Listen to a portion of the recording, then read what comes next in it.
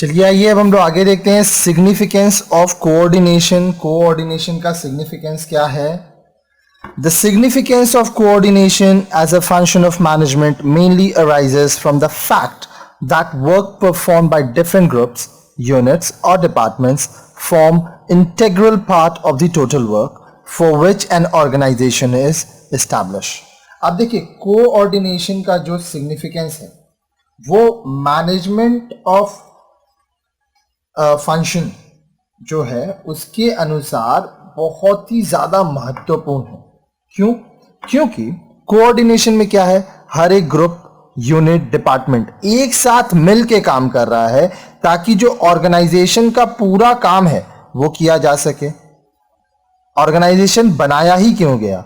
अपने कामों को करने के लिए। ये काम करेगा कौन? Groups, units, departments. तो इनमें कोऑर्डिनेशन होना बहुत जरूरी है। Without harmonized efforts or unity of action, achievement of goals in some departments may run counter to that of the other departments, or the timing of achievement may not be fit in properly. अगर मान लीजिए हर एक group का, हर एक department का काम एक साथ नहीं हो रहा है, जिस तरह से प्लान किया गया है उस हिसाब से नहीं हो रहा है, तो क्या होगा? जो आपका उद्देश्य है वो उद्देश्य आपका सही समय पे पूरा नहीं होगा। बहुत बार ऐसा होगा कि किसी एक डिपार्टमेंट के गलती की वजह से दूसरे डिपार्टमेंट को इंतजार करना पड़े या दूसरा डिपार्टमेंट काम ही ना कर पाए। This has to be avoided and the managers have to be prevent overlapping और conflict so as to achieve unity of action. अब देखिए ये जो है कि सही से काम हो, ठीक है, ये चीज कौन ध्यान देगा? मैनेजर। ताकि वक्त का बर्बादी ना हो, आपस में झगड़ा ना हो और जो यूनिटी ऑफ एक्शन है, एक साथ काम करने का जो प्लान है वो पूरा हो पाए। With increasing size and scale of operations the significance of coordination becomes more important. जैसे जैसे आपका बिजनेस का साइज बढ़ेगा, उसका ऑपरेशंस काम बढ़ेगा, कोऑर्डिनेशन बहुत इंपॉर्टेंट होगा। एग्जाम्पल में आपको मैं समझा रहा हूं। मान लीजिए परचेज डिपार्टमेंट है, ठीक है, फिर हुआ प्रोडक्शन डिपार्टमेंट, फिर आया आपका मार्केटिंग डिपार्टमेंट, ठीक है।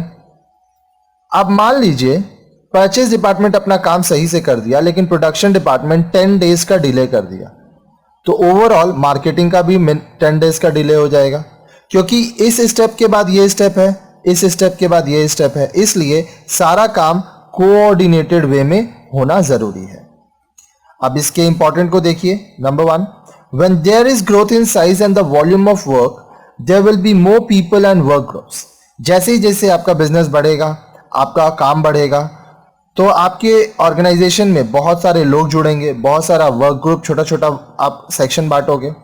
सो there is greater possibility of people working at cross purposes as the unit and sub-unit goals may be considered more important by them than the organizational goals।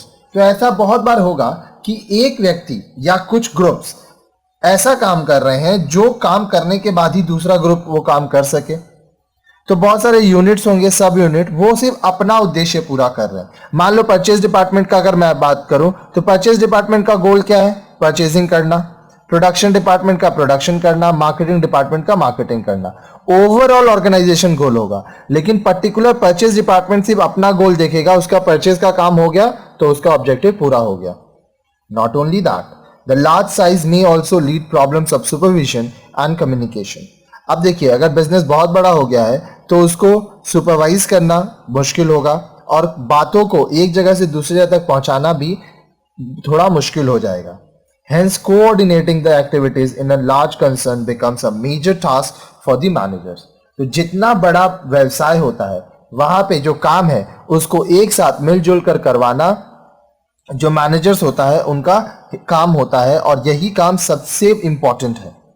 Next, large organizations generally tend to have activities located at different places which may not permit frequent and close interactions among people।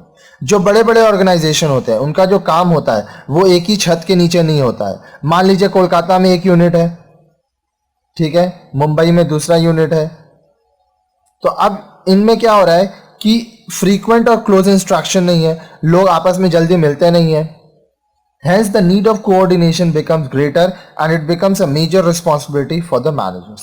तो इस situation में coordinate करके काम करना बहुत ज़रूरी है और ये मैनेजर्स का रिस्पॉन्सिबिलिटी हो जाता है कि वो चीज़ों को सही तरीका से करें.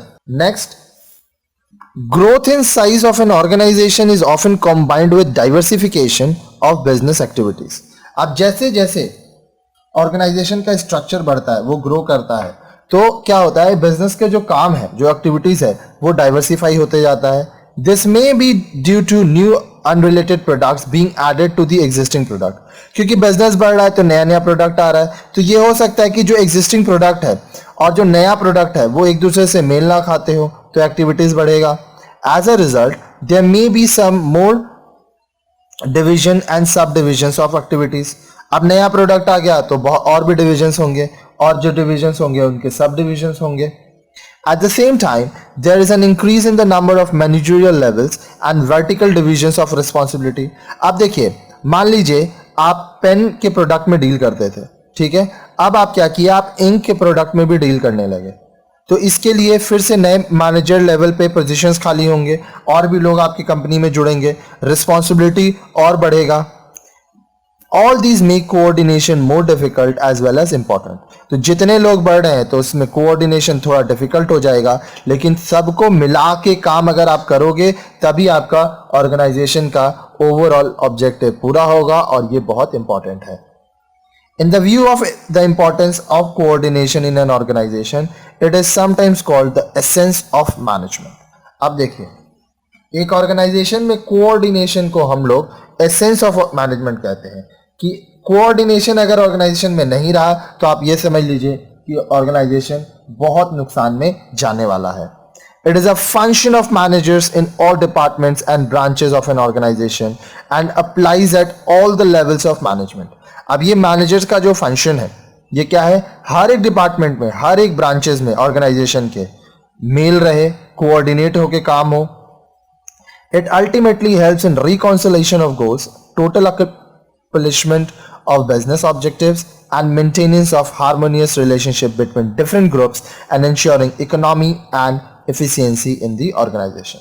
तो इसमें क्या होता है कि हर एक लेवल पे जो ऑर्गेनाइजेशन का उद्देश्य है, इसको क्रॉस चेक किया जाता है और कंपनी के ऑर्गेनाइजेशन के जो उद्देश्य है उसके हिसाब से काम हो. जो भी आप काम कर रहे हो, ये ध्यान रखो कि हर एक ग्रुप में रिलेशनशिप अच्छा रहे और कंपनी इकोनॉमिकली और एफिशिएंटली काम करे. ओवरऑल कंपनी का फायदा ही होगा अगर कोऑर्डिनेशन अच्छे से होगा.